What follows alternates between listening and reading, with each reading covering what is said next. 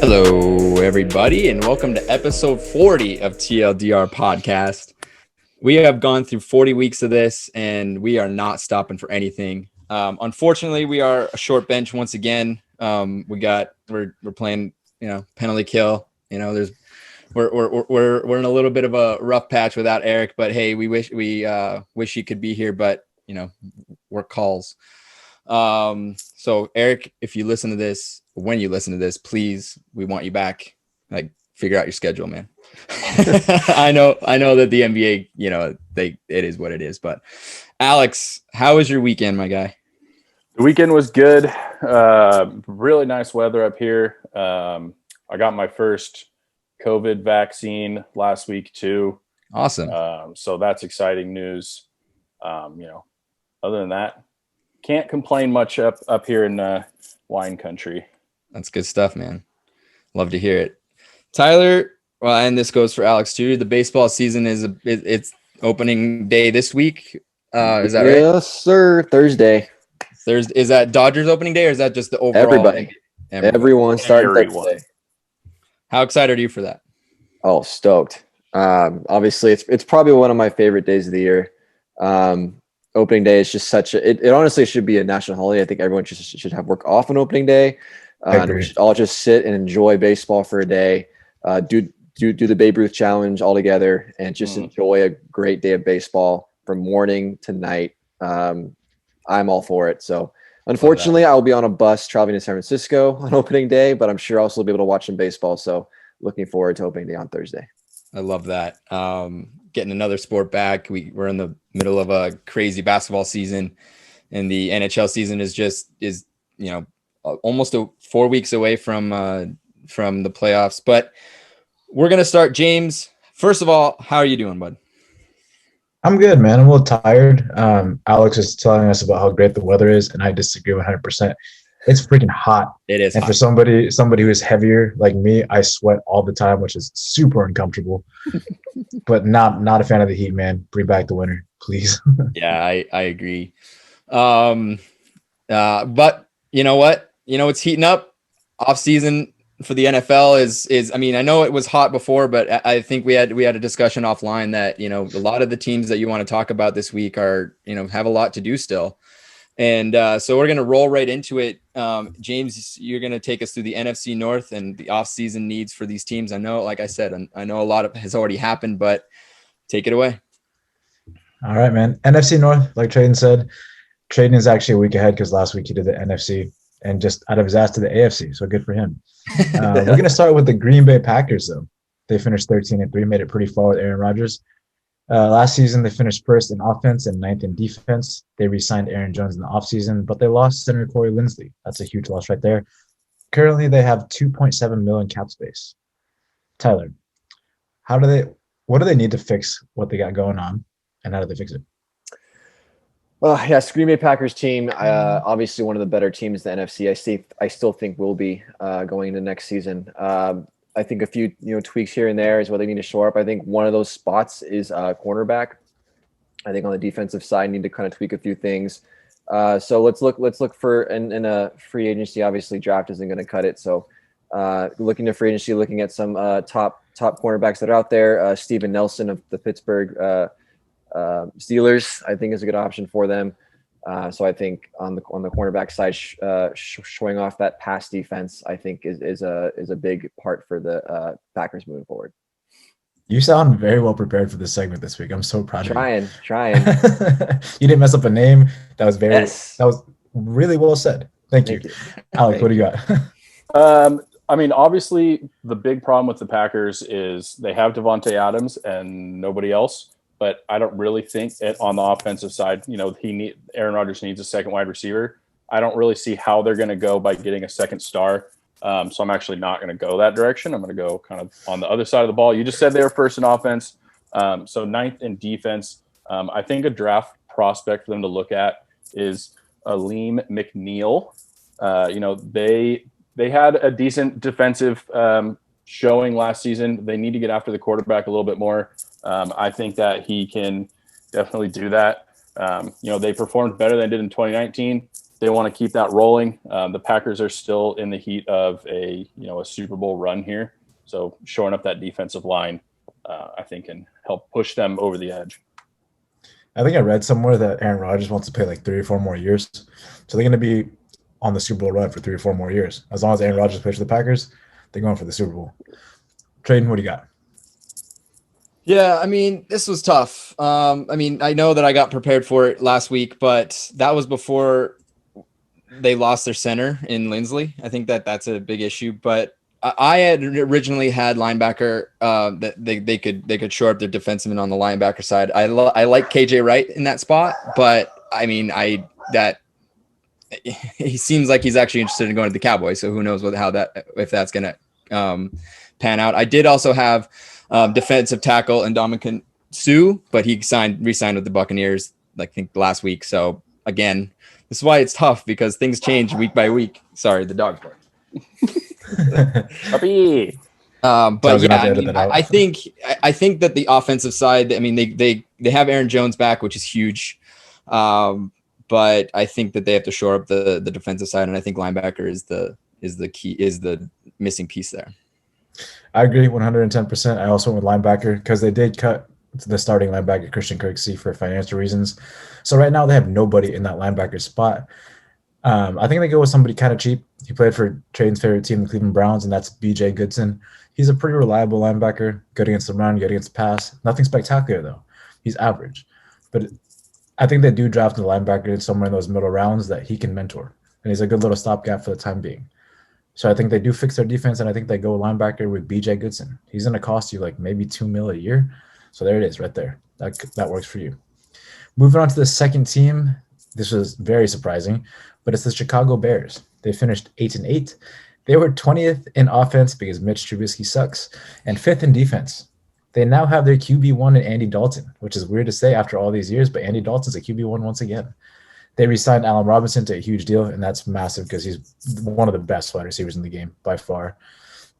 They currently have about $2.1 million in cap space.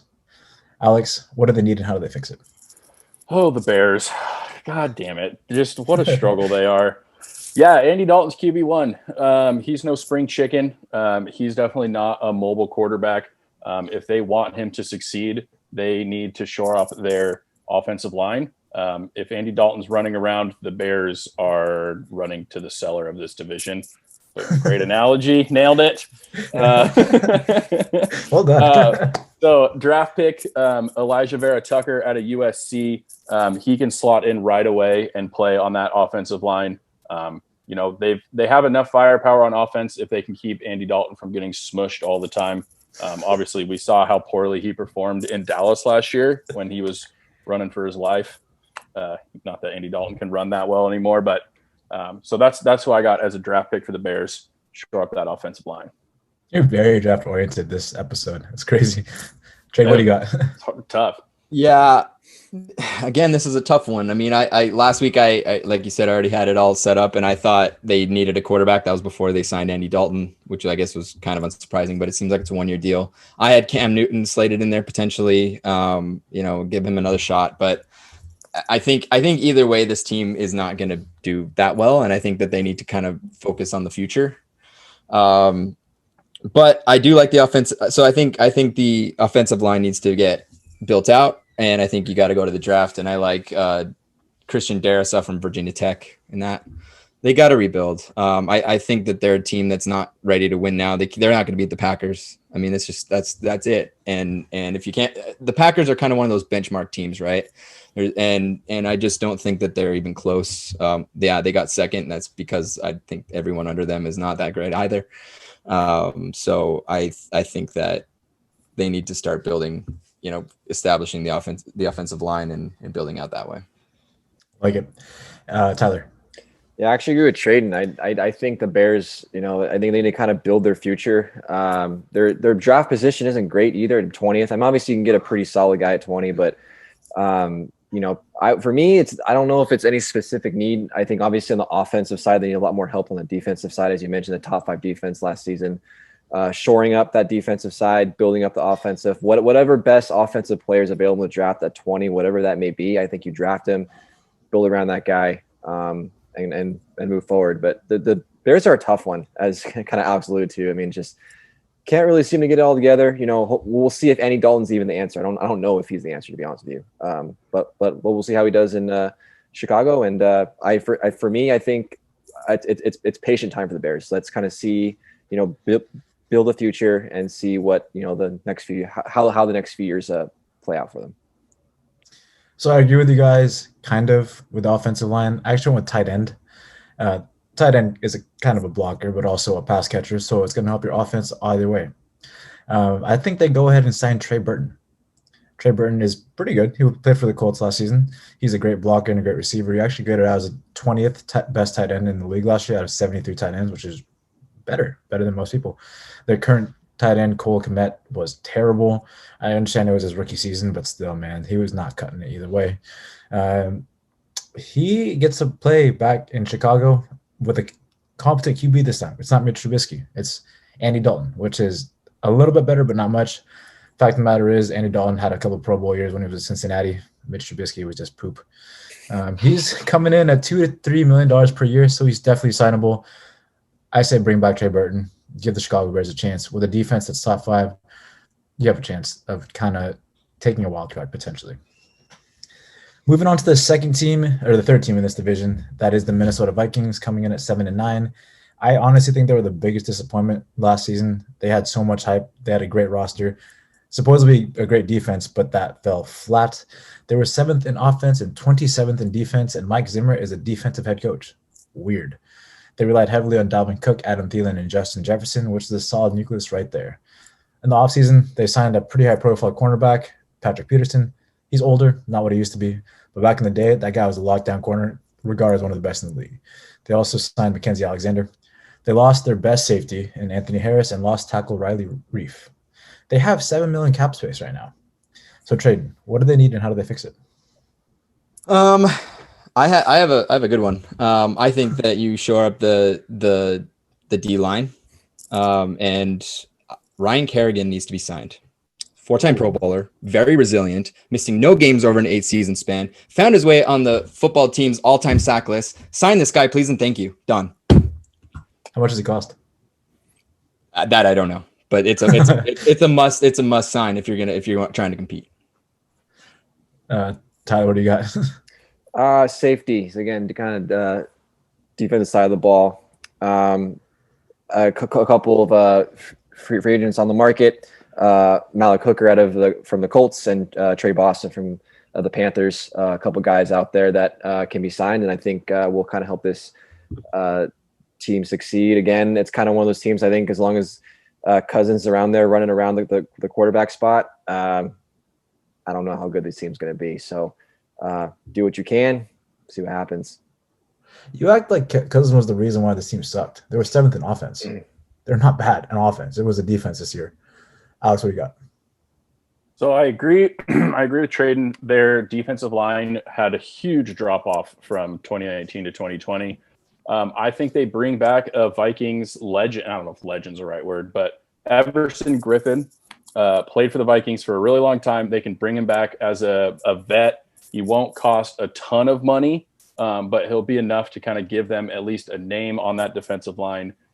He's 33 years old, so he's definitely, getting up there, but he can still bring it enough. And really anything that they have, he's better than anything they've got now anyway. So Everson Griffin coming back to Minnesota. I took the words out of my mouth. He was on my list. The Vikings need an edge rusher. They were 28th out of 32 in sack percentage. I had a list of people. I had Davion Clowney, I had Melvin Ingram. All of them fit under that $7 million cap threshold, and they need any help that they can get. They need sacks, and they need it now. Last but not least, moving to the sellers, the bottom dwellers of the league, and that's the Detroit Lions. They're going to suck so much next year. It's ridiculous. Coming in at 5-11 from last season, they pretty much have a new team to fight everybody. They're 15th in offense and 32nd out of 32nd in defense. They lost their best offensive stars. They lost Kenny Golladay. They lost Marvin Jones Jr. Matt Stafford is now a Ram. Congratulations, Rams fans. It's basically like a whole new team. Tyler, what do they need and how do they fix it? So you got the draft, so you start there, 7th overall pick. You can go a lot of different directions, as you said. The team means a lot. For me, what I like Jamar Chase out of LSU. Alex, I believe you mentioned this guy last week on the podcast. LSU has pumped out a lot of good wide receivers in the NFL the last few years. I think he's a solid option. Obviously, Jared Goff. Maybe we'll miss you. Maybe we won't. Probably won't. But it'll be an interesting year for the Lions. Probably a few years of pretty bad football, but got to start somewhere. I think where they're positioned, I think Lamar Chase is one of their best options. Jamar Chase. Moved on. Alex, what do you think? So close, Tyler. Almost had it. Yeah, I know their defense is terrible, and they're not going to fix that anytime soon. And I really hate agreeing with Tyler. But yeah, any of those the pick number 7, any of those big 3 wide receivers that are still available. So Jamar Chase, Devonta Smith, or Jalen Waddle. Any of those that are available. Jared Goff is still young. He can be a good quarterback in this league. Pair him with a young wide receiver, something to build upon. They've got a good running back in DeAndre Swift. The defense is going to take some work, but with that 7 overall pick, I think you need to get a star wide receiver after losing Kenny Golladay and Marvin Jones Jr. Trayden. They said it. I mean, that's pretty much it. I mean, Anthony Lynn's going to be tasked with helping Goff, kind of find his way through this season, and Goff's not going to be able to do it without some high quality pass catchers. I like Devonta Smith or any of those names that you guys picked, but I think you have to put some skilled, some athletic, pass catchers, beside Goff if they're gonna they're gonna see if he's going to be their quarterback for the long term, and to give them even a shot offensively. I agree. Tyler, pick number 7 is perfectly acceptable to get a wide receiver. Not pick number 5, pick number 7. Gotcha. Devonta Smith is what I'm going with. I mean, honestly, this, like everybody said, this team's going to suck. Got to make it exciting. Got to fill the stands. So who better to get than the Heisman Trophy winner? The dude had 1,800 yards last season and 23 touchdowns. He's explosive. He's coming in at 170 pounds, super, super light. I think I was 170 pounds in 4th grade. So they need to put on some weight. But the thing is, he's a good wide receiver. And, they got to fill seats. Got to make it watchable. So pick up Devonta Smith. And that is my segment. I love it. That was fun. James, how many divisions do we still have? This will be it because we're going to the draft next week. Oh, going to the draft. Yeah, we can only fix some of the teams. Yeah, dude. The entire other half, like the East and the South, Who Too far away. Who cares? No, I'm excited for your draft segments. I think those are going to be that's going to be a fun month to discuss. But hey, thank you for taking us through that. That was fun. And we're going to take a quick break. And when we come back, I am going to take you guys through the NHL trade deadline. It is 2 weeks away, but we want to talk about it now because for some teams, the trade deadline is as early as this week. But we'll fill you in then. 3, 2, Stay 1. Tuned. Welcome back, everybody. I'm going to take you through the NHL trade deadline, or actually the boys are going to take you through the NHL trade deadline. I asked each of the boys to take their division that they looked at a couple weeks ago and give me a team that they thought should really nail this trade deadline. But before we get into it, I'd be remiss if I didn't talk about fantasy, even though I really don't want to. Alex kicked my ass. I've lost 4 in a row. I'm 4-7. Alex, you win 5 in a row. You're 10-1. That is fantastic. Eric beat Kylie. He smashed. Like that was a big one. Tyler, good win. You won 2 in a row, 7-4. Go. James, I know that you had some goalie issues. So tell me about your goalie issues this week. Oh my God. Okay. So I have 5 goalies on my team, and Tyler's stupid ass fantasy rules. It's just like the goalies score like 80 to 100 points a game, and everybody else scores like 3. So you got to have good goalies to get a dub, right? My goalies played 1 game in 1 period. Rough. Because they had COVID issues. I had I had Carey Price, and I had Mike Smith. Mike Smith played 1 game. That was my 1 game. And then Carey Price played 0 games. And then I had Tuukka Rask, who played a period and got hurt. So I scored like 60 points total from my goalies. Yeah. And I should have got like 700 from my goalies. That's messed up. That's pretty rough. But after this week, Eric and Alex are top of the leaderboard, tied for first. James and Tyler are tied for third, and I'm down all the way at eighth. I don't even know why I do these segments because I don't deserve to. But with that said, we are going to talk trade deadline today. The trade deadline is April 12th this season, which is legitimately 4 weeks away from the start of the playoffs. Now that we found out that the NHL is extending the regular season a week to make up some of those games that they lost, that they had to postpone due to COVID issues. Also, some good news on for the northern teams. The NHL and the North Division and the Canadian government agreed to allow a shorter quarantine period for players that are traded or brought over from the United States to Canada via a trade or whatever. It's only a 7-day quarantine as opposed to a 14-day quarantine. So, which is good because I think that the trade deadline for Canadian teams would have been closer to yesterday or last week, to give them that a little bit of time so that they could actually play for a team before playoffs. Otherwise, you're waiting, 2 weeks and you only get to see them like 4 or 5 times. So before we get in to the nitty gritty, a couple big trades that happened over the weekend. Buffalo traded away Eric Stahl. They're starting their process of selling everybody, and to Montreal, and they retain half his salary for a 2021 fifth and third round pick. Eric Stahl is a pretty solid elite veteran. I think that's a pretty solid move for Montreal.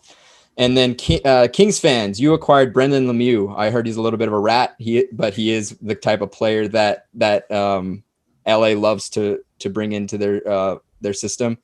And you guys gave away a 21 fourth round pick. I think that's a very solid move for you guys. If you guys are going to try and make a push to get into the playoffs. Do you guys have any thoughts on that before we move on? Just better depth for that Kings front line or whatever. I mean, he won't play on the front, the first line, but just better depth, more scoring, gets just a little bit more, I don't know if veteran leadership is like the right word, but he's been in the league long enough where he's not, he's not a guy playing on his rookie contract or one of these young ones. So yeah, he's not going to change. He's got that truculence. I think it's going to be good for you guys. That's kind of the type of player you're looking for. So we're going to break up into the divisions, and we're going to start this time on the West Coast. We're going to start with the Honda West. Alex, I know that the standings are pretty crazy in the middle. We know that the top two are, I guess you could say 3 teams are kind of solidified up there, but that bottom spot, is pretty tight. So I think we're in a market that is a buyer's market this year. I'll just say that kind of overarching. There's not very many teams that have money to make moves. So it's the exact opposite of the housing market that we're seeing in life. And I could attest to that. It has been brutal. As being the buyer. So Alex, I asked you to give me a couple teams that that really need to nail this trade deadline if they can, whether it be a buyer or seller. Give me your insight. Okay. I'm going to start with buyers because that's more fun. Yeah. So the buyers, I think it has to be the Vegas Golden Knights.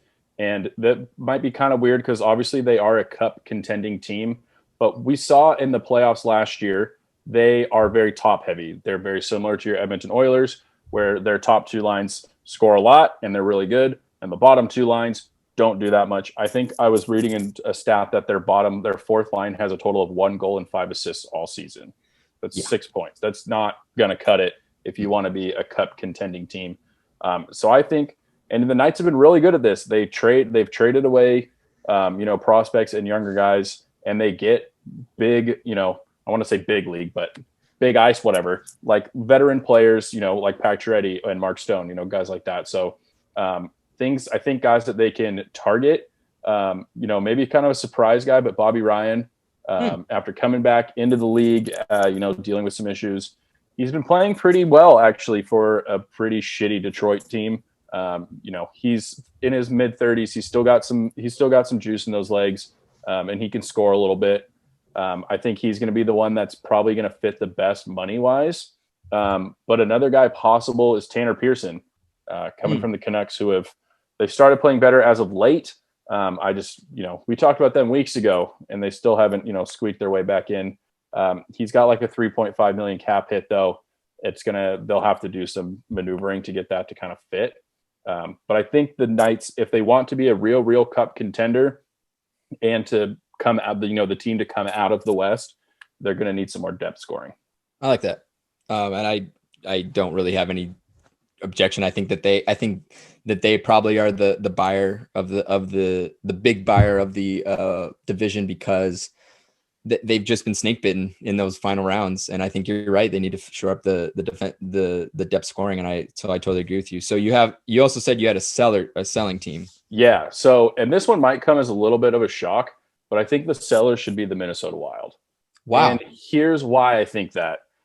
I do not think that they're good enough to beat either the Knights or the Avs. They have a very young, really exciting core. And then they've got some older guys who maybe aren't performing as well. And, they could buy to lose in the first or the second round, and then they kind of mortgage their future. So I think the Wild have a shot if they sell off, get some interesting pieces, continue to build. They've got the probable Calder Trophy winner. Jordan Greenway, still a young player. They've got good, interesting pieces. They could stand pat, get into the playoffs, lose in the first round to the Avs. It'll be a lot of good experience, but I think that they can sell and build for the future. Once we get back into our normal divisions, I think they have a really good shot at being one of those better teams. We've seen those teams in what was, typically the Central Division start to kind of fall off. So right. I think that was kind of a shock, but I think the Wild should sell a little bit. You know what? I don't disagree. I mean, they're one of those teams that, to your point, is right. They're playing really good, but are they overachieving? Probably. Like, are they going to face the music when it comes to the playoffs? Yeah, they are. And I think that at a selling strategy is probably the smartest strategy. You got Nick Bonino, you got Nick Bjugstad, Ian Cole, and Marcus Johansson as notable UFAs this year. Those are solid rentals for a lot of teams. Yeah, that said, they can get interesting stuff from that. They could get interesting stuff. Absolutely. And this is a team that could really grow their younger guys. And so I agree with you. That said, they may just opt to keep them as their own rentals for the rest of the season, and then, do their stuff later. But to your point, if you're going to get out in the first or second round, you might want to get something for them. You don't want them to walk away next year for nothing. Right. That's absolutely true. Build youth and depth in the right organization. The only thing that I worry about is your fan base. How pissed would they be when you throw in the metaphorical towel? Like, you're kind of saying, guys, we're not going to do it. We've been playing great, but we're going to raise a white flag. So it's tough to be able to sell that to your fan base. But if anybody understands that, it would be the Minnesota Wild fans. They are some of the best fans in hockey. But Alex, I agree with you. Any other, sellers that obviously I think the Sharks are sellers. Yeah. I think the Sharks are sellers. I think the Ducks are sellers. I think the Kings could be sellers. I really don't want them to, because I think that means selling off like Dustin Brown or Jonathan Quick, and I really don't want that to happen. Yeah. But realistically, for the future, it's probably a good thing for them. Mm-hmm. Rickard Rakell feels like someone that should not be in Anaheim a minute longer than he needs to be. The Ducks are going nowhere. Trade him, get something for him. He's probably the best trade piece they've got. James, what do you say to that? Do you think Rickard Rakell is going to be on the trading block here? Yeah, probably. And it just sucks because he's one of my favorite players. He's fun to watch. He has some really good puck skills, fast, great IQ. It's going to be tough to watch him leave. But Alex is right. The Ducks suck. Yeah. I just wanted to spend a little more time on the Honda West because, three of you guys are really into it, and Eric is too. But we're gonna move over to the Central. We're gonna move over to the Discover Central. I asked Tyler to take care of this team. The Discover Central is another interesting beast. Look, I think that it's the most top-heavy division in hockey, and then that fourth spot is really like do they even have a chance to beat that top team, which is probably going to be Tampa Bay?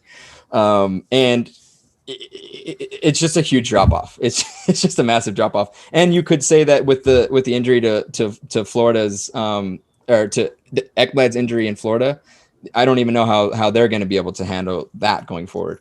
But Tyler, who do you think is a buyer and or a seller that really needs to nail this trade deadline this year? Yeah, obviously the Ekblad injuries, huge bummer for Florida, but I think Florida is going to be the biggest buyers in this trade deadline. I think that they've surprised a lot of people and been competing not just for a playoff spot, but for the top spot in that division. So I think that they need to add some pieces there to maybe possibly make a run. I think when you got this team and there's a chance to win, I think you take it. This team's got a lot of cap space as well, so they could potentially trade for a guy and sign him long term if it works out. And I think they could definitely use on the offensive side. Their offense has been very good though, so I don't know if that's where they would go.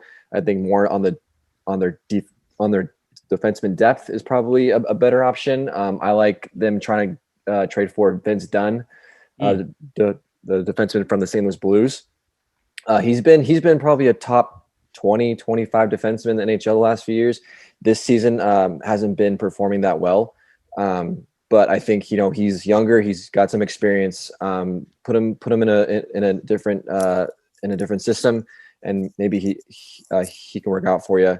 But I like the Panthers being big buyers at this trade deadline. I think that they need to add some pieces to make a run, especially when the Tampa Bay Lightning, the former Stanley Cup champions, are in your division. So yeah, Florida Panthers for sure buyers. Yeah, I mean, I think you're bang on. And here's the thing about the Florida Panthers, unlike many of the buyers' situations, is that they have $16.3 million in projected cap space. That's a lot of money to make some moves. I mean, that there's teams like the Toronto Maple Leafs, Edmonton Oilers, on top of my head, Vegas Golden Knights to an extent. Those guys are going to look to add, but they just have no money. They have to make the money work. Whereas the Panthers can take on a very high level rental. I could even see Taylor Hall going there. I mean, who knows? Like he would add an injection to scoring. Although I don't know that they need as much scoring as much as they need defense. To your point, but they have that much money to make some rental moves. So I think you're bang on. Did you have any other? Did you have a seller or any? Who else do you think could be a seller and or a buyer?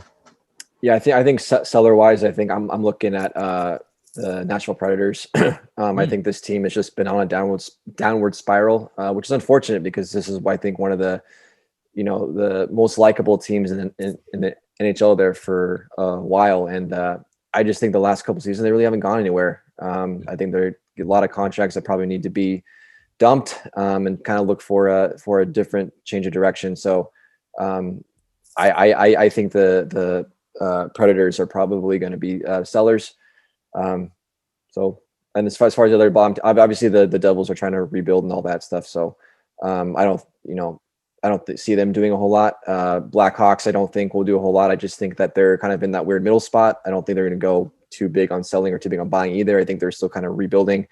So I think of all the teams that are really going to be aggressive in terms of selling, I see Nashville there.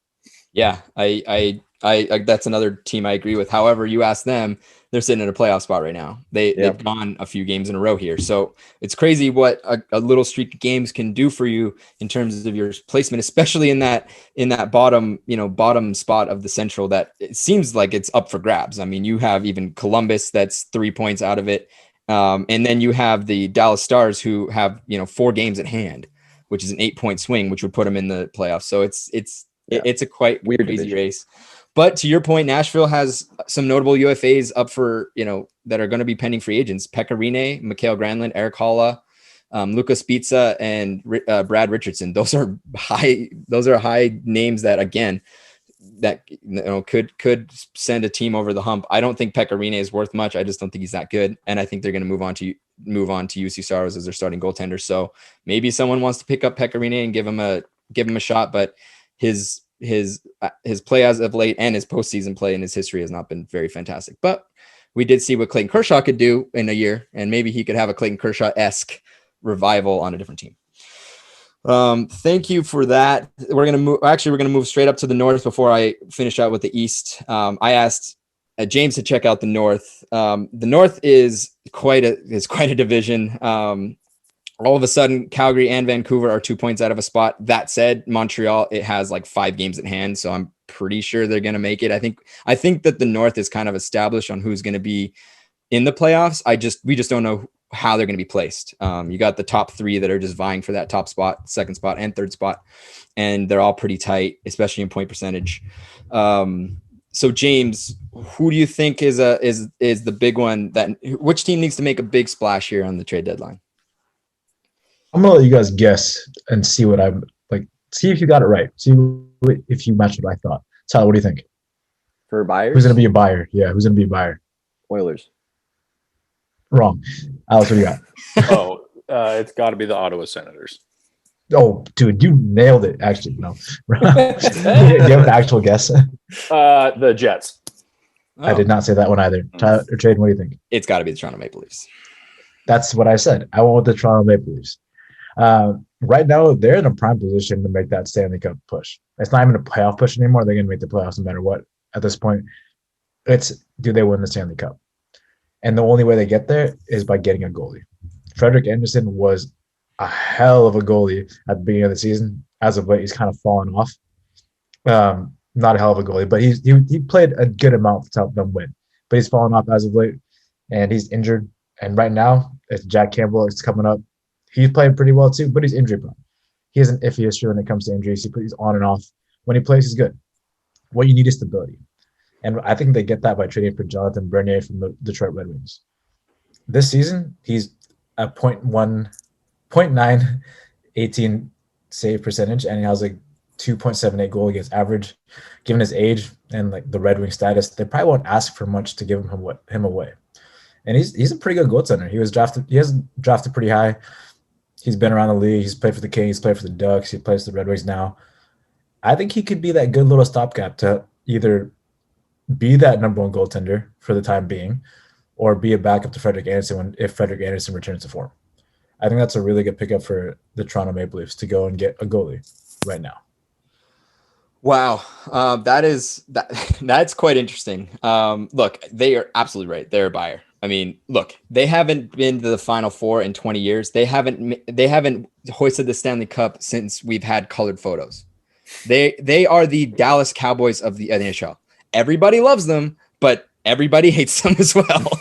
They're the face of the league, but they just suck every single year, and everybody hates them. James, you're absolutely right. In terms of a goaltender, I agree that they need to figure out their goaltending. I just don't know how they're going to be able to do that with the cap space. They don't have much, but I agree that they need to shore that up. But Kyle Dubas, the GM, is going to be very aggressive, and he really needs to be, because let's be real. In terms of the first two rounds of the playoffs, this is the easiest that the Maple Leafs will ever have it. They don't have Boston. They don't have Tampa. There's no excuse this time in the eyes of the Leafs. If the Leafs don't make it out of the North, it will be a catastrophic, it will be a catastrophe. So James, you're bang on. I think that they're actually going to look for a top 6 forward to add to their just continuous weapons of scoring. Jack Campbell has shown that he can do it. I don't trust him. To your point, I don't trust him, and I don't trust Frederik Andersen. I just don't know how they're going to do it, but I think that I think you have a good point there, that they kind of need to. Question.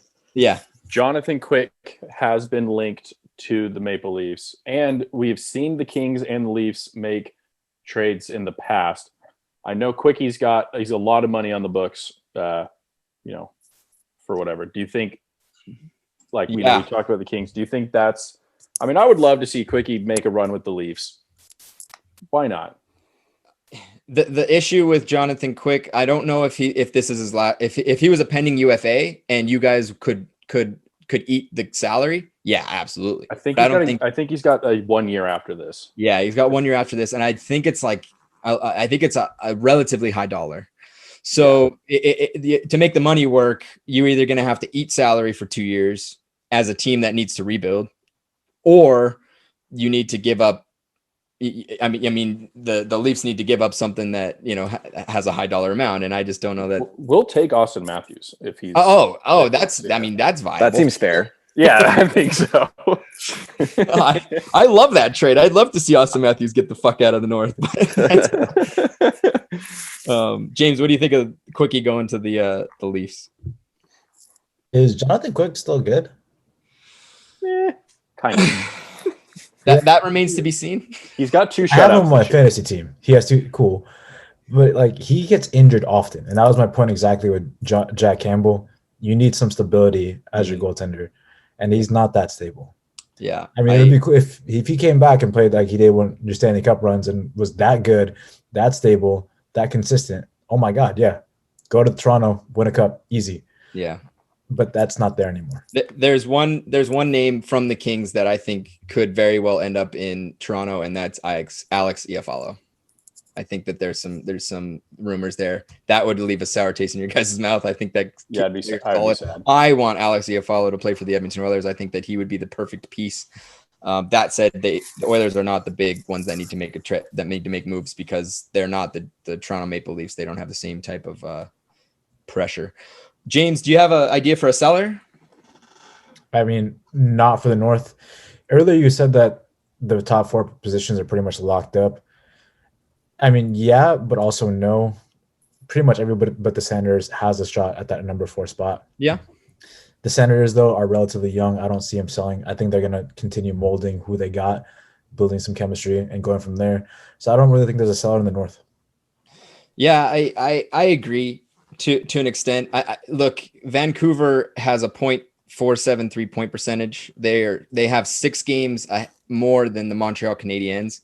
And assuming the Montreal at least goes 500, they're going to make it. So that said, if Montreal continues their slide or they can stay inconsistent, you're absolutely right. We might see Calgary or Vancouver get in there. In my personal opinion, I think Calgary needs to tear everything down. I think Calgary is a pitiful organization that needs to figure its shit out. Daryl Sutter is the new coach, and I think he needs to be. But Johnny G needs to get the fuck out because I don't think he's worth enough for that team. Same goes for Travis Hamonic. I think that those 2 players are in for a rude awakening with Daryl Sutter. They're not the players that Daryl Sutter needs. And you guys can attest to this. Daryl Sutter does not like those types of players that won't get into the dirty areas, right? That's Daryl Sutter's hockey, and those dudes don't. I love Johnny Hockey, but he's not working in Calgary, in my opinion. But James, I think you're right. I think all the teams in Canada are gonna just stick with what they got, besides the Toronto Maple Leafs, because I think that they're kind of set. I mean, Montreal did their work early in the season. They did in the beginning. And they did add Eric Stahl, but I think that that's just some more depth. The Jets are playing well. The Edmonton Oilers don't have anything they don't have any money. So, and the Flames and the Vancouver Canucks are going to make a push. So I think you're right. I think no one's really a seller, and Ottawa's actually playing pretty well. They're not going to do anything. That said, we're going to move on to the East. I'm just going to make this quick. I have one team in mind that is an absolute seller. And does anybody want to guess who the seller is for the Eastern or the Eastern Division? Penguins. Close. I'm going to guess the team that should be relegated to the AHL. That is absolutely correct. They actually should be relegated to the OHL in fact, I think that they are, and they're in Buffalo, so they're right there in Ontario. I think that they'd actually fit perfect. They just got to hop on a little ferry, get across the lake there. The Buffalo Sabres are absolutely the team that's going to sell. Does anybody think Taylor Hall is going to be a Buffalo Sabre on April 13th? Absolutely not. Doubtful. Why would he? Why? There's no reason. They'd be stupid too. Yeah. I mean, so the question is where is he going to go? I really don't know who's going to bring him in. I think that given his low trade value right now, I think that Buffalo is going to have to eat a lot of that contract for this year, and they will. I mean, if they can get a first round pick and then a prospect or two, I think that they'll do that. If it's 1 year, I mean, they're not going to eat much. It's just going to make it work so that they can get some prospects for this season. I would say that Jack Eichel would have been on the trading block, but he's done, so that no one's going to buy him. He might get dealt in the offseason, but who knows? I also, another seller that comes to my mind is the Columbus Blue Jackets. I'm kind of disappointed in the Columbus Blue Jackets, to be honest. I don't know what they're going to do. John Tortorella is much of a fan. I'm sorry, the Columbus Blue Jackets is Discover. I'm or is the Central. I'm so stupid. Lucky guy. Yeah, seriously. The team that is my buyer. What I think it has to be the Islanders. And the reason why is because the Islanders are such a defensive juggernaut. That's all they have. They don't have the flair offensively that they need to, compete with, your Washington Capitals, who are actually playing extremely well. The Pittsburgh Penguins, who are playing very well. And I would say Boston, at least their top players, they can score on any given night. So you have to have scoring if you're going to beat these two teams in the first two rounds. So that, with that said, they have no cap space. So I don't know. I think it's going to be a money in, money out type of deal, but they're going to do anything they can to find some top level scoring, especially with Anders Lee out for the season. Their captain is Taylor out. Hall gets out there. What'd you say? What are the odds that Taylor Hall goes to the Islanders then? That there's a link that he would go there, and look, the odds are probably higher than I would originally think. I think that there's some there. I just don't know how Islanders do it with the money. Like I just don't know. They don't have very many UFAs veterans that they could lay off. They have a lot of RFAs, but you're not going to really trade an RFA unless you really have to. I can see them getting some like depth, so maybe some Mikael Granlund. He's a versatile forward, but Taylor Hall, that's an interesting move. That is very interesting. And then I would say another big buyer is the Boston Bruins. Look, the top line of the Boston Bruins, I think everybody on this podcast can agree that it is one of, if not the best first line in hockey. There's nothing behind that. Jake DeBrusk was a high value prospect. He's really come down. He might be moved. I think that they really need some depth scoring. So I could see, could Taylor Hall bear the Boston Bruins jersey and be a second line winger? Maybe. They do have $8.7 million, which is about the contract for Taylor Hall. Maybe there's some work there. The Boston Bruins need to find their depth scoring, or else they're not going to be a team that is formidable in the postseason, in my opinion. And then obvious sellers are the Buffalo Sabres, the Devils. I don't know what they're doing. The Rangers, I think that they kind of underachieved. And then Philly, Alex, your Philadelphia Flyers. I don't know, man. I don't know. They're so sad, dude. Like somehow they're only a point out, but they have a negative 17 goal differential. Yeah, so. like I just don't know. And it's been like 2 weeks. I mean, they've lost like multiple games by 5+ goals. So like if we looked back to a week and a half ago, that goal differential is probably closer to 0. Yeah, it's so tough. I think that they're gonna be buyers. They're gonna try to be, but I just don't know if they're gonna be good enough. I think I feel like they're just like a stand pat, and just yeah. They're probably most of their work's going to be done the offseason, because I just don't think they have the defense to. And Matt Niskanen's retirement has really hurt them. Like that has been an absolute detriment to them.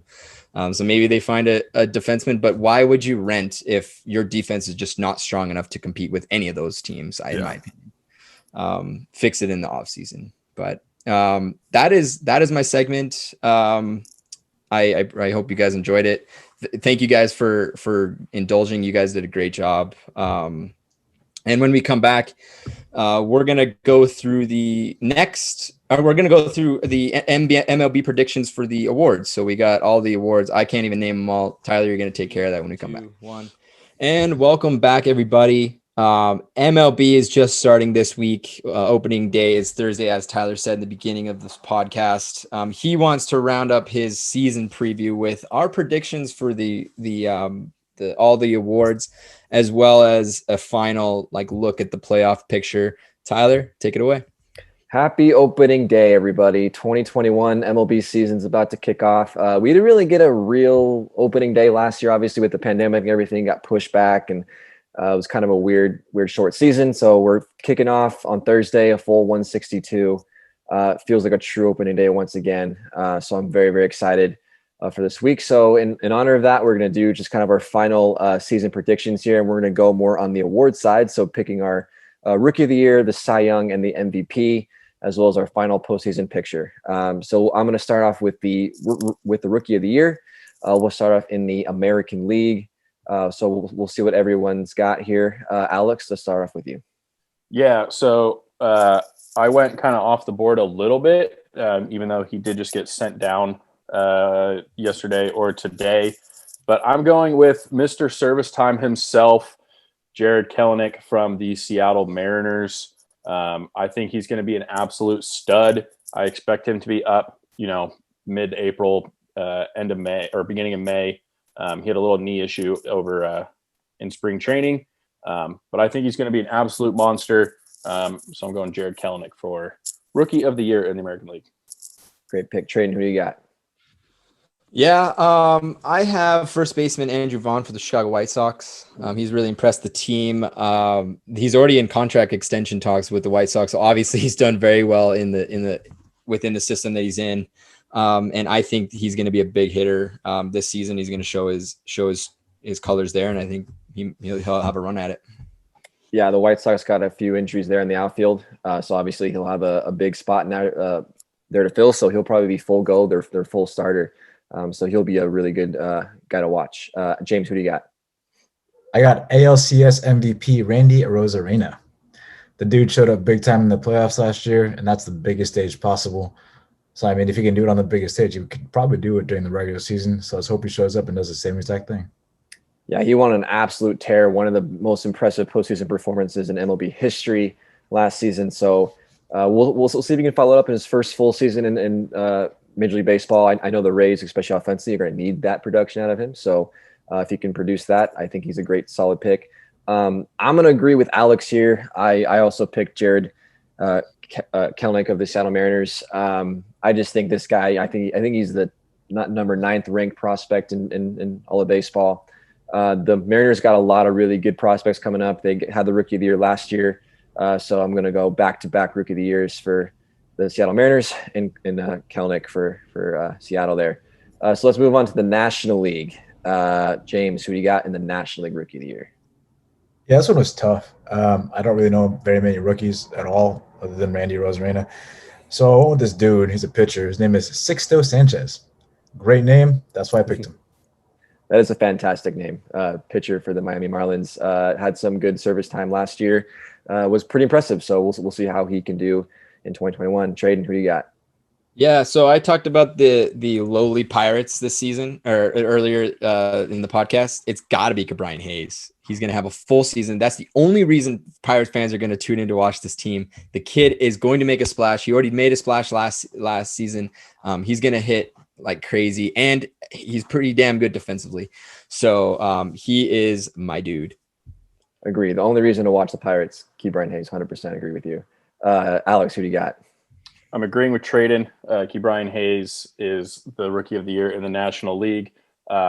His defense has already been, compared to Nolan Arenado and Matt Chapman. So when you have those two guys thrown in as comparisons, you're legit. I think Ke'Bryan Hayes might get some very low ballot MVP votes this year. He's not going to win the MVP. He might get like a 10th place vote, but he might get some. He's a star in the making. But yeah, agree with you. Only thing to do in Pittsburgh right now is to watch Ke'Bryan Hayes. Yeah. I'm going to agree. I'm going to go on that Ke'Bryan Hayes bandwagon with you guys. I think this guy's going to be an absolute monster. I drafted him in fantasy baseball this year, so hopefully that works out for me. So Rookie of the Year, National League, Ke'Bryan Hayes of the Pittsburgh Pirates. So let's move on to the Cy Young. The award goes to the best pitcher in both leagues. We'll start off in the American League. Alex, who you got? Okay, I went with Lucas Giolito of the Chicago White Sox. Threw a no-hitter against those Pirates last year. That's not as impressive because they were straight garbage. But he's taken a big step. The White Sox are, one of the hot teams coming into the season. I think Lucas Giolito, AL Cy Young Award winner. Nice. James, who do you got? Back-to-back Cy Young winner, I'm predicting the future, but it's going to be Shane Bieber. He won it last year. He's going to win it again this year. He literally gets better and better every single year. Granted, he's been a pro for 3 or 4 years, but in those 3 or 4 years, he's gotten better and better every single year. He's a strikeout machine. I have no doubt that he's going to win it if he stays healthy. James is a believer. Love it. Trayden, who do you got? I love that. I think everybody thinks that Garrett Cole, like a lot of people have Garrett Cole winning it. I'm going to have a little bit of a dark horse here because I like to have some fun. I like Tyler Glass now. I like what he did in the playoffs last year, especially in the World Series. I think that, and especially the loss in the World Series, I think that is your turning point. That's where you really decide if you're going to go all in or if you're going to let that get to you. And I think he's the type of player that's going to show us that he's one of the best in the league. What do you think about his finger, dude? You know, it's fine. I mean, clearly it's worked out for him so far. So even though he's got a fucked up finger, it clearly seems to work. Works for him. Love those picks. Unfortunately, I'm agreeing again with Alex. We're 3 for 3 so far. I'm going Lucas Giolito, the Chicago White Sox. I think this guy is a monster on the mound. He's up and coming. James, I almost went with your pick as well. I think those two are probably going to be the 2 best pitchers in the American League. And I'm also looking for Garrett Cole to have a bounce back season. He kind of had an iffy 2020, so he might make a run for it as well. I think a lot of good pitchers in the American League to look for, but my pick is going to be Lucas Giolito. So let's move on to the National League. Trayden, who's your National League Cy Young? Yeah, I got Jacob deGrom for the New York Mets. I think he is intriguing. He's an intriguing player. He hasn't had the best help offensively, and he's one of the best pitchers in the league. That's kind of been shown, and he just hasn't had the help there. And he already has 2 Cy Youngs to his name. So some are saying that he has a Hall of Fame case. So if he gets it again, I mean, he's gonna be definitely knocking at that door. Yeah, I think going into 2021, I would rate deGrom as the best starting pitcher in baseball. So can't go wrong with that pick. James, what do you got? I got a dark horse that was really far down the leaderboard, but it's Blake Snell. Yeah, I think he's going to reclaim the form that he did from 2018 when he won the Cy Young. He's not going to have an innings cap anymore. He's going to be able to pitch and feel his pitches, and he's going to be better because of it. In 2018, he had pitched 180 innings, which is the most he's ever done in his career, and he, again, won the Cy Young that year. He's now on a better team, a team where there is a winning culture, and I mean, management has come out and done everything they can to make that a winning team, and I think that's going to bleed into his performance and make him perform that much better. Love that. Alex?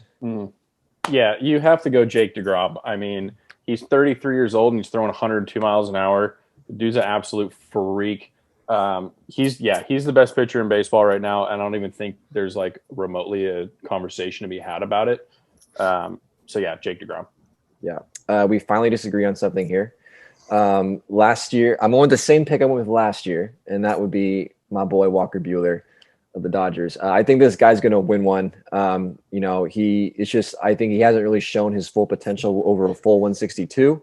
I think this is year he finally does that. I like Buehler. I think he is arguably probably the best pitcher in the Dodgers rotation. I know you got Kershaw, you got Bauer in there, but I think Buehler, in terms of just pure stuff and pure talent, he's the best on that team. So deGrom is a great pick. It's hard to go against deGrom there, but I'm going to go Buehler. So let's move on to the most valuable player. We'll start with the American League once again. James, who do you got? Mike Trout. That's all. Nice and simple. All righty. Yep. Alex, who do you got for MVP in the American League? I'm going with Aaron Judge. I think this is finally he should have won it in 2017 because fuck Jose Altuve. I think this is the year he finally stays healthy. I think he leads this Yankees team to one of the best records in the American League. I also just didn't want to pick Mike Trout because it's boring. He should win every single year because he's Mike Trout, but I wanted to pick somebody different. He's kind of like he's kind of like LeBron. Yeah. It's like he really should win every year, but got to mix it up sometimes, Interesting pick there. Obviously, I think if Judge is healthy, he absolutely has an MVP case every year. So we'll see how that goes. When is he ever healthy? Never. So that's 2017 hit 52 bombs. Rookie of the year. There it is. Look, the obvious pick is Mike Trout, but I don't want to be boring like Alex said. I am boring. Yeah, you're boring, James. I'm gonna go third baseman Jose Ramirez for the Cleveland Indians. Oh. Look, this guy has been consistently one of the best third basemen in the majors over the last few seasons here. He has 30 home run. He can put in 30 home runs, and he could steals, a number of bases. I think that it's his time. Are you picking the Indians to make the postseason? I don't know. Because that could make a case for MVP, but I do agree with you. He is. But I guess that's the reason I won't pick Mike Trout, because I don't think I had the Angels cracking the playoffs. Yeah. So, and I'm kind of the MVP guy that you need to make the playoffs to be an MVP. Yeah, fair enough. I'm gonna go also different with all you guys. I'm gonna go with the shortstop of the Chicago White Sox, Tim Anderson. I think this guy is one of the best, one of the most underrated players in baseball. Not a lot of guys talk about him as being one of the upper echelon guys. And I think on a team like the Chicago White Sox, they're going to need him to be one of their best hitters in that lineup for them to make the postseason. I think he's going to have a great 2021, and he's going to lead that team offensively and defensively at shortstop here for the White Sox and win and take home MVP. So that's kind of my dark horse candidate there. So let's move on to the National League. Final award here. James, who do you got for National League MVP? I got Juan Soto. I think his time is now. He has been hampered with injuries the last couple of years. If he can stay healthy, he produces at a pretty high rate, a rate in which is indicative of how good his career has been thus far. I think it's his third year in the league. Like he's crazy good, and he's a lot of fun to watch. I think he's going to win MVP if he stays healthy. For sure. Juan Soto's a great pick. Trayden, who do you got? I have Ronald Acuna Jr. I mean, this kid is young. This kid is heading into his fourth MLB season, and he has established himself as one of the best. And it's time he gets recognized for it. I think that it's his time. Yeah, he was my pick last year. Didn't work out, but those are always hard to pick. But Acuna, again, great pick. Alex, what do you got? Okay, so I was going to pick Juan Soto, but then I started thinking about it more, and I think he's going to get a little bit of the Barry Bonds treatment because he is so good and so much better than anyone else in his lineup that they're going to pitch around him. So he's not going to get the counting stats that MVP voters want to see. So I changed my pick to who actually I picked last year, Christian Yelich. He's got a chip on his shoulder. He should have won back-to-back MVPs. He probably would have beat Bellinger if he didn't foul a ball off of his kneecap and break his knee in 2019. Had a really down year in 2020.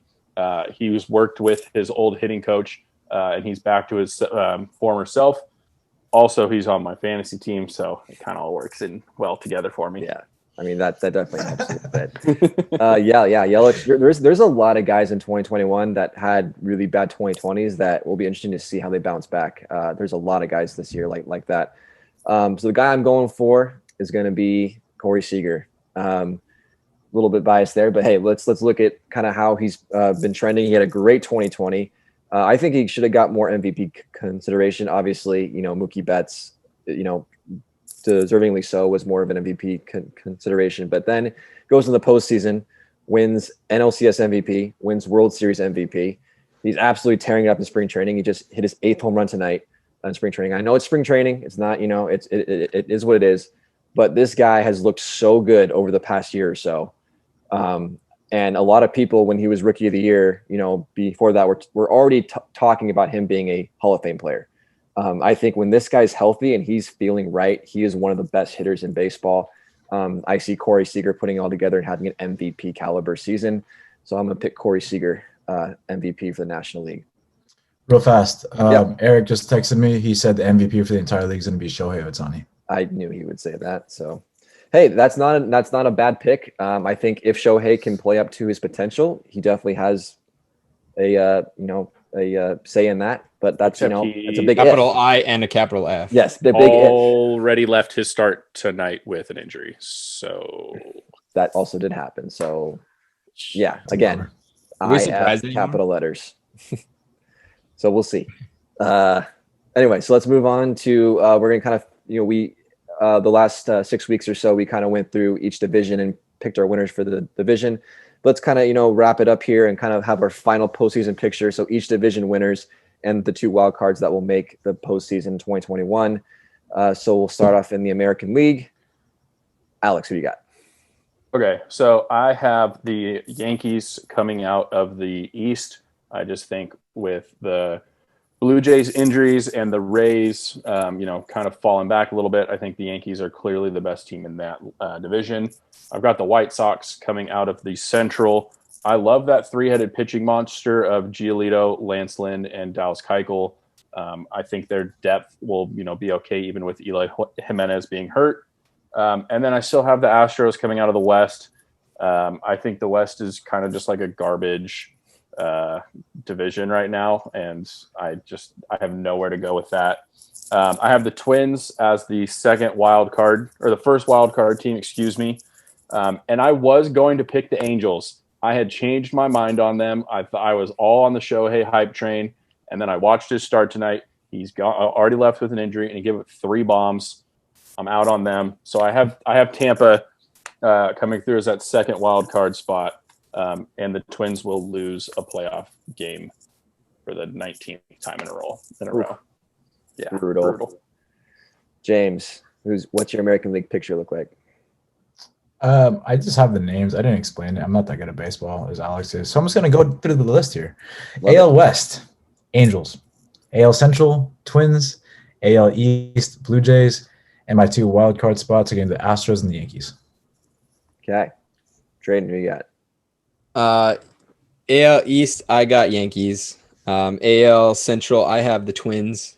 And AL West, I have the Astros. And then I got the Indians because I have to because the you're a big Indians guy.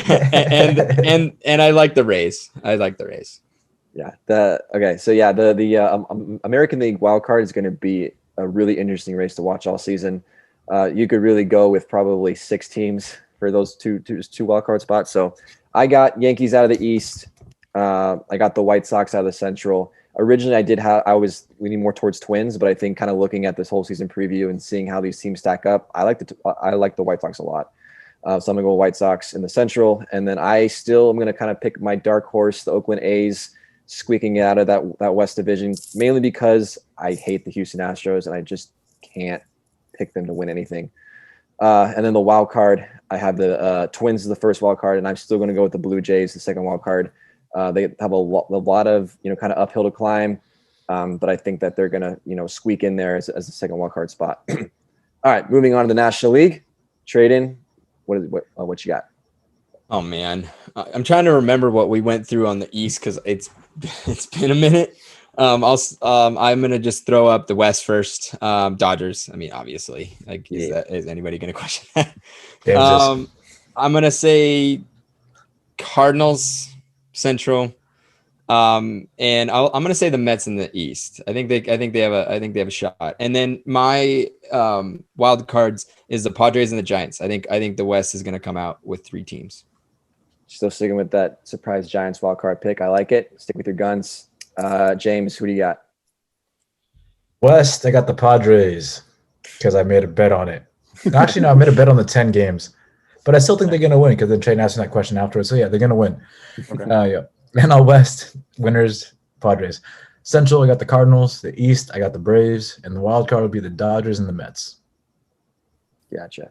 Alex, who do you got? Okay. I have the Braves in the East. I think they're being unbelievably underrated. That team is absolutely nasty. I have the Brewers coming out of the Central. I think that their 2-headed pitching monster on the top part of the rotation and the 2-headed pitching monster at the back end of the bullpen can carry that team. That's a pretty weak division. I got obviously the Dodgers coming out of the West with James $50 in tow. I do have the Padres as the wild card team, and then the first wild card team, and then I have the Mets as the second wild card team, and the Padres lose because Jacob deGrom, Cy Young winner, will smoke them. Copy paste exactly what you said, Alex, to my National League. I agree with 100%.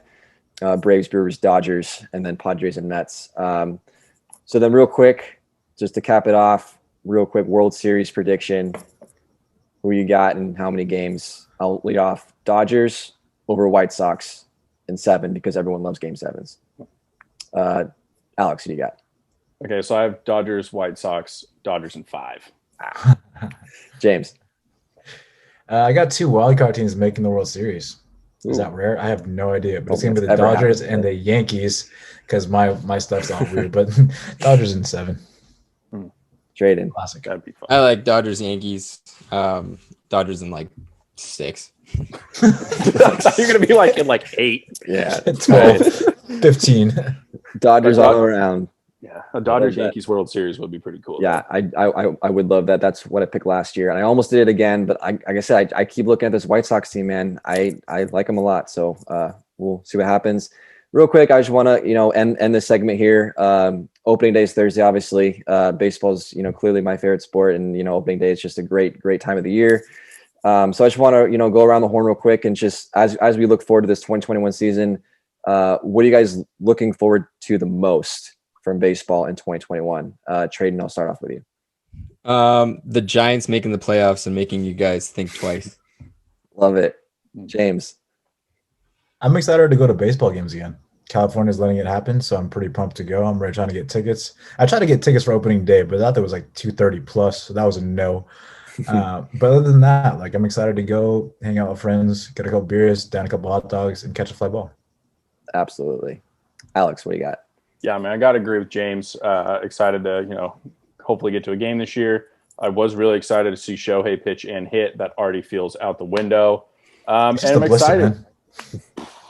Talk to Rich Hill, baby. And I'm excited to celebrate back-to-back World Series titles in Los Angeles. And we'll get a parade this year, and it'll be a double parade. Yeah, because they won back-to-back, and we'll just do the loop like 4 times. Yeah.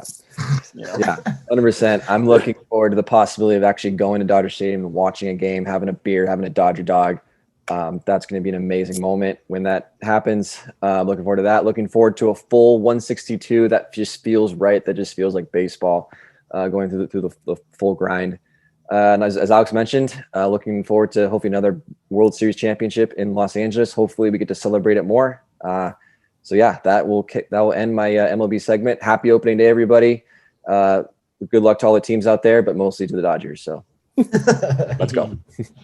Thank you, Tyler. I'm excited. I'm hopefully going to watch more baseball this year. You guys have got me all geared up, and I think I know more than I did. I know more than I have over the last 40 weeks than I ever have. So I appreciate that. We're gonna take a break, and when we come back, we're gonna talk about the final segment of the week, and that's the NBA deadline that has just passed. Stay tuned. Welcome back, everybody. We got one more segment before we tune out for this week. Alex is going to take us through the trade deadline that came and went, and it was a crazy one, wasn't it, Alex? Yeah, it was nuts. But yeah, before we get into that, we'll do fantasy just like always. First time in a while, I really don't want to talk about it. Yeah, Tyler, huge win for you. You did. Let's go. Get to 7-6. Yours truly is still 10-3, so should be okay. And then traded. I would say a big win, but you're 4-9, so it's not like the plain spoiler, baby. Yeah, plain spoiler. And then James also lost. So what's upset week? We were March Madness. It was March Madness. Yeah, speaking of that, March Madness is still going on. We're getting down to the nitty gritty. Again, thank you to all of you who put your brackets in there. I don't know who's at the top. I know mine. I'm like at number 3 right now, so I'm kind of hoping that somehow I pull it out and then I don't have to pay anybody, and I just like keep my money. So that'll be fun. But yeah, so the trade deadline was last Thursday, March 25th. It came down to the wire. Some of them a little bit past the wire. The trades just have to be agreed upon by the deadline, and then the paperwork just has to be filed by the league office for it to be official. And then there were some buyouts too, and we'll talk about that a little bit later. I didn't really tell the boys about that, but we'll just kind of get into it real quick. But let's start with you, James. So probably one of the bigger moves of this trade deadline, Victor Oladipo gets traded again. It feels like he's been traded like 4 times in the last 3 years. He's going not back to Miami. He's going to Miami to join Jimmy Butler and Bam Adebayo. Thoughts on Oladipo going to Miami? I think it's fantastic for the Heat. I talked earlier around All-Star break, and I was like, the Heat are going to suck. They're going to move into the 10th spot. And for the first part, after their All-Star game break, I was wrong. They were on like this heater. They were winning games left and right. And then they started sucking a lot. And they've been on a 6-game bender. And then they're now on, I think, the 9th seed in the East. So pretty much where I had them. So I wasn't that wrong. But they did pick up Oladipo, which is huge. They lost Avery Bradley, a defensive guard, and Kellen Olynyk, who is a center who shoots threes and is not a great rebounder. But what Oladipo brings to the table is instant offense, and that is what's sorely needed by the Heat. Earlier, Tyler told us that Jimmy Butler was going to be really, really good, and how the reason why he's winning, the Heat are winning, is because he's been on a tear. And that was true. But I also said that, hey, that's unsustainable. Jimmy Butler can't do that for a long period of time. And during this 6-game losing streak that they've on, Jimmy Butler hasn't scored more than 20 points. It's 100% unsustainable. If Jimmy Butler does not put up points, the Heat do not win. Oladipo fixes that. He averages 20 points a game. He's 25-4. Like, the guy, instant offense. He can handle the ball well. He's explosive. There haven't really been rumblings of him being a bad teammate. The only problem is he is injury prone. He's coming off a year where he had surgery. He played a couple games, and he plays like every other game now when it's a back-to-back. So there will be times to set him out. But the fact of the matter is, his instant offense, he's going to take some of that pressure off Jimmy. He's going to take pressure off those young guards who just jack up threes. Overall, I think this puts the Heat in a really good spot. Yeah, I think it all comes down to which Victor Oladipo do you get. Do you get the healthy Victor Oladipo, who is 20 points a game easy, or do you get the Victor Oladipo who just had, major surgery on his quad not all that long ago? If it's the first one, the Heat have a really good chance to make a deep playoff run. If it's the second one, I don't know if they get out of the first round. But I like the move. The East is starting to feel a little bit more open in those top maybe like 4 spots. So yeah, we'll have to see what happens with that. They're obviously playing kind of like shit now, so they're going to have to pick it up. I think the Heat are definitely one of those teams that want to avoid that little play-in stupid tournament thing. I think they're trying to really, really get into that 6th seed at the minimum. So we'll see what happens down there in Miami. So a player leaving Florida, going out west, is Aaron Gordon. He is moving out to Denver to join, possible MVP Nikola Jokic, Jamal Murray, Michael Porter Jr. So Tradon, you wanted to talk about Aaron Gordon moving from Miami to from Orlando to Denver. Yes. Look, I think we talked about it when we did the when we did the rankings or whatever a couple weeks ago, and I talked about the Nuggets and how I thought they were going to drop down. And I think the main reason was because they didn't have a third big, and I think that they may have found one here. I'm not saying that he's amazing, but he instantly is one of the most athletic, if not the most athletic, on the court and for the Nuggets, right? And I think that adds a lot of potential depth to this team. We look at what happened to Denver playing in the conference finals just half a year ago. Jokic and Murray were amazing, and I think that the front office realized that we have to give them someone to they need some help, because if they had some help, who knows what could have happened last year. And now with Jokic running for most valuable player, I think that need is even more. That being said, I think that it's even going to be a harder run for them. They're not going to be able to come back from 3-1 deficits again. I don't think that's going to happen. So, and I think it's even going to be harder for them to get through. So they're really going to need someone like Aaron Gordon here. What's interesting though is I don't think we've seen Aaron Gordon at his potential. I mean, he's young, but I feel like we've been watching him on a very shitty Orlando team for years. And I think that this is going to change. Now he's going to be with skilled players that actually will give him a chance to show his worth. and give this team the offensive bump that they need. And I really like it. I think it's a fresh start for Aaron Gordon. I think that he's going to look better in that jersey. He's going to feel better with that team. And sometimes you just need a change of scenery and some better teammates to really unlock what you can't give, because you can only give so much. If you're not a LeBron, there's only so much you can do without being on a team that is truly very skilled and talented. So I like that trade. Yeah, I think the Nuggets, they made a big splash. And, part of that is the Lakers' two big stars are hurt right now. And the Clippers have been up and down all season. And I think they saw an opening to, at the beginning of the season that they probably realistically were like, can we beat these LA teams? No. But you don't know. LeBron's 36. AD's been out for a month and a half now, got my fantasy team. So that's kind of been a bummer. So I like this pickup. I think it just gives them a little bit more depth scoring. I think it gives them, a little bit tougher wing defense. It kind of takes a little bit more of the pressure off of Jamal Murray and Michael Porter Jr. to be those kind of second and third guys. So I like this pickup for Denver a lot. I don't know if they're going to be able to come out of the West with this, but it's going to be really interesting to see how far they can go. Alex, I got a question for you, man. Yes, sir. Where do you see Aaron Gordon fitting in that lineup? I You think got Jokic as big, and then you got your outside guys. Aaron Gordon is a dunker. He's like Blake Griffin on steroids. Where does he fit in that lineup? And they have the best big man passer in the NBA right now. He can play either a 3 or a 4. He can be a better defender than Michael Porter Jr. He can be the guy that defends, a LeBron, a Kawhi, and gives Michael Porter Jr. the opportunity to be who he is, which is a better offensive player. I don't think Aaron Gordon's going to change their, start dropping 30 a game or anything, but I think he's going to fit as a 3-4 guy to some defensive grit and whatever they get from him. And if they get even decent shooting, they'll take it. And that said, I mean, I'm not going to sit here and be an expert, but I think that has been brought up, James, and that's a good question. I will say that myself included, and many of us on this podcast didn't know how a player like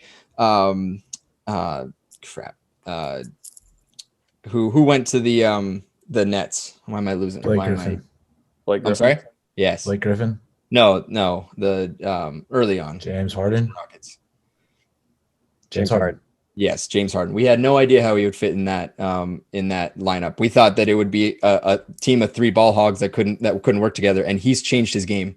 He's become a playmaker. He's become a huge part of that team. Why can't Aaron Gordon change a little bit to fit in that and to become a player that they need? I'm not saying that it's going to happen, but we've seen what happens when I didn't think that Harden could change. And James Harden's done it before. When he played to the Thunder, he had KD and Westbrook and him all on that same team. So it's been done before by Harden. Gordon hasn't shown we don't have any much trust in Aaron Gordon at 25 years old? I just don't think he's anything more than a dunker at this point. That's all he's done. I think we finally see him on a much better team. Orlando blew it up. They pretty much traded anyone away that had any amount of value.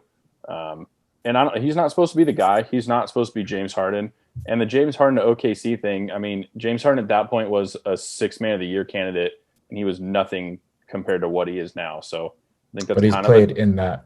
He's been around 2 superstars.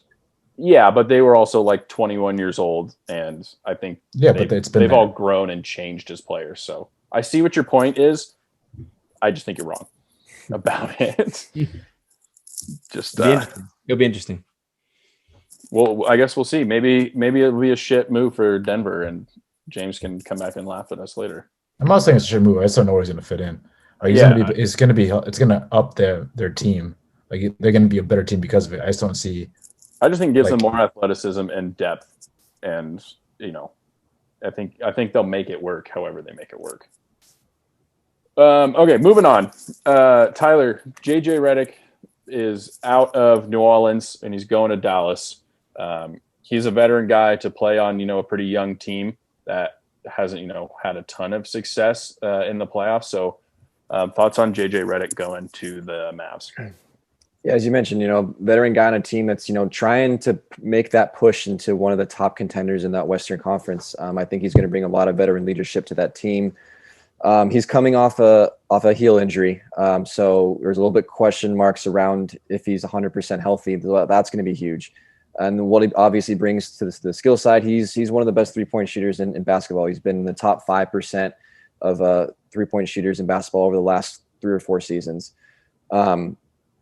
And Dallas, is a little bit weak in that area. I think they ranked 19th in the NBA in 3-point percentage. So I think Jj Reddick being on this Dallas Mavericks team makes them better.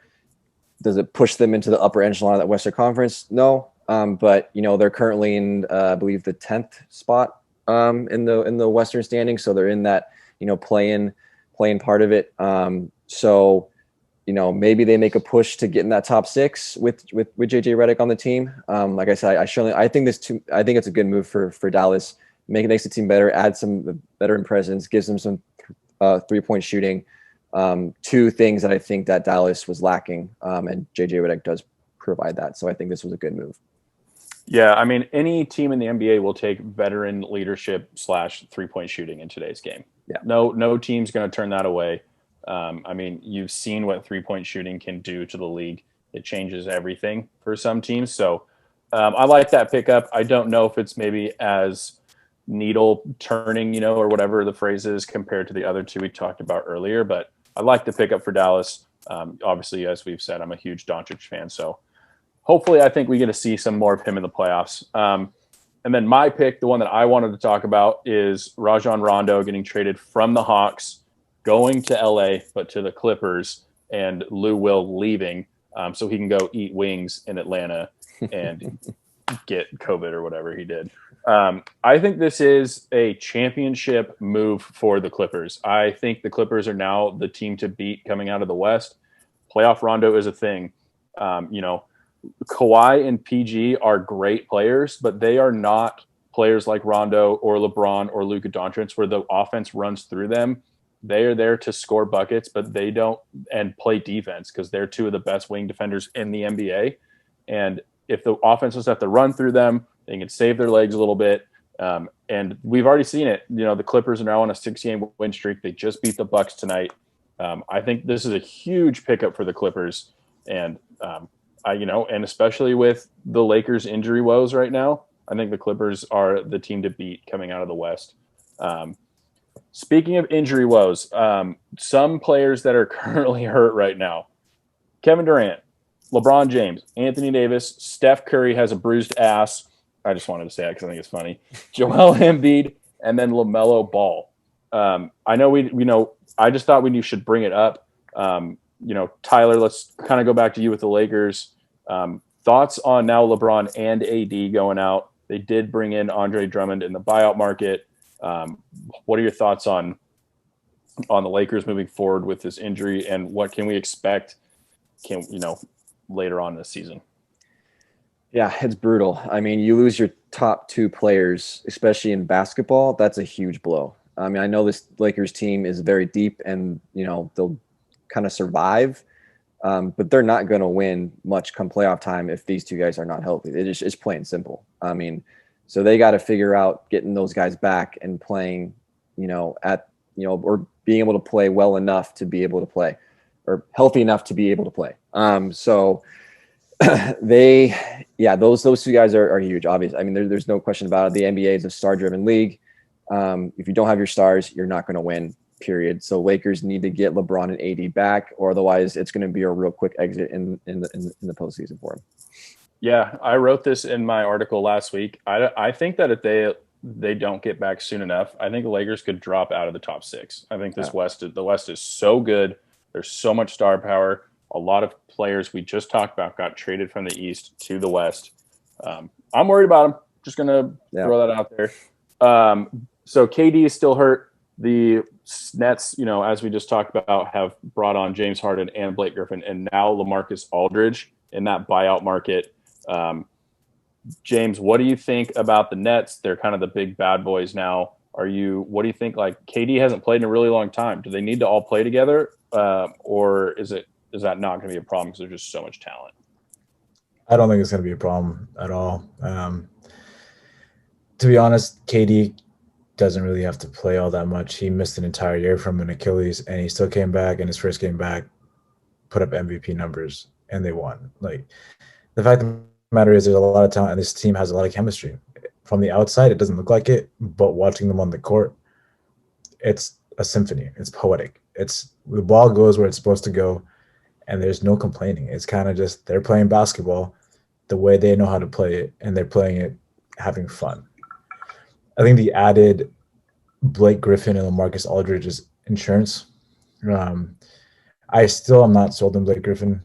LaMarcus Aldridge is a damn good player. He's not a stretch four per se because he didn't shoot the three all that well, but he can shoot it from the wing a decent amount, from the elbow a good amount too. He's a good rebounder, really good fundamentals. When you play in pop system, you learn the game of basketball inside and out, and you take it with you wherever you go. And that's exactly what he's going to bring with him to the Nets. Steve Nash is a good coach. He knows basketball really well, Hall of Fame IQ. And I think adding the mind of LaMarcus Aldridge that has learned a lot from Pop adds that given other dimension of just basketball IQ that in turn will help him once everybody's healthy. At the end of the day, all those buyout guys, Blake Griffin, LaMarcus Aldridge, if they don't play a lot come playoff time, they're okay with that. That's what they signed up for when they signed that contract. So as long as they win a championship, they're good. This is a team that has a lot of good chemistry, a lot of good talent. They're going to go pretty far. Yeah, I think, they obviously signed up to win. That's what they're there for.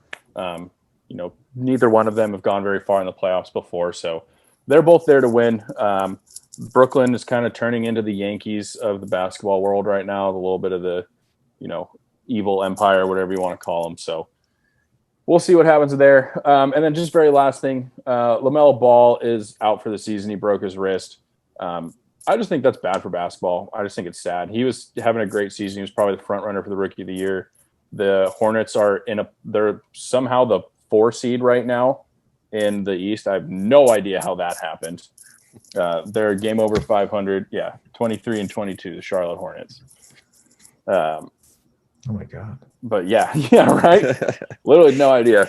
I had to fact check you for that because I didn't believe you, but damn, you're right. Yep, I have it open right now. Tradon, just thoughts on LaMelo and kind of his impact so far, and Yeah, I mean, I think you kind of nailed it. I mean, it's just not good. I mean, he's having a great season, and the Hornets actually were, they were looking good. I mean, they were looking okay. I thought they were going to make a push. And like you said, I mean, when a player like that's playing so well completely goes down, it's rough. And there's not much more you can say. That you need to keep those players. Basketball is much better when he's healthy, and obviously the Hornets are better when he's healthy. That's a given. And it's a big hit and a shame for the Hornets because I think that they were actually kind of giving it a go, and you gotta applaud that. Yeah, I know. Yeah, I think the Hornets are probably one of those teams that gets almost zero media attention, and having LaMelo Ball kind of gives them that attention. And it's a bummer. He was having a great season. I know I kind of threw this injury stuff on you guys kind of last minute, but I appreciate you guys kind of diving into it with me. But Tradon, that's all I got for the NBA this week. It's coming down to the wire, just like hockey. It is coming down the wire. What do you guys got? A month? Is it 4 weeks or 5 weeks left? Yeah, about a month. Everyone's got 20-ish games left. Yeah. It's coming down to the wire. The NHL is coming down the wire. Middle of April, we're going to be in. Middle of May, we're going to be in playoff mode for both leagues. So it's going to be intense.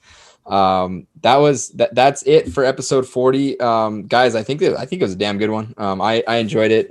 Good information, good discussion. I think we're getting better just in terms of our knowledge about everything. I'm actually talking basketball and it's kind of weird. So I'll take it. But please tune in next week. And if you're a business or you own a business and you're looking to get some marketing, please hit us up. We would be happy to bring you on as an ad partner. We're looking to fill that void there. if there's something that pops up, or if you know somebody, please send them our way. Please check out our YouTube videos if you want to see our facial expressions, because sometimes that's the best, especially when someone makes a stupid comment and you just can't chime in. It's just funny to see how everyone reacts. Without Eric, though, I think that the crazy stupid stuff that are said is not there, and he really makes the show in that. And we really miss you, Eric. We can't wait to have you back. Hopefully it's next week. But thank you guys, and hope you enjoyed.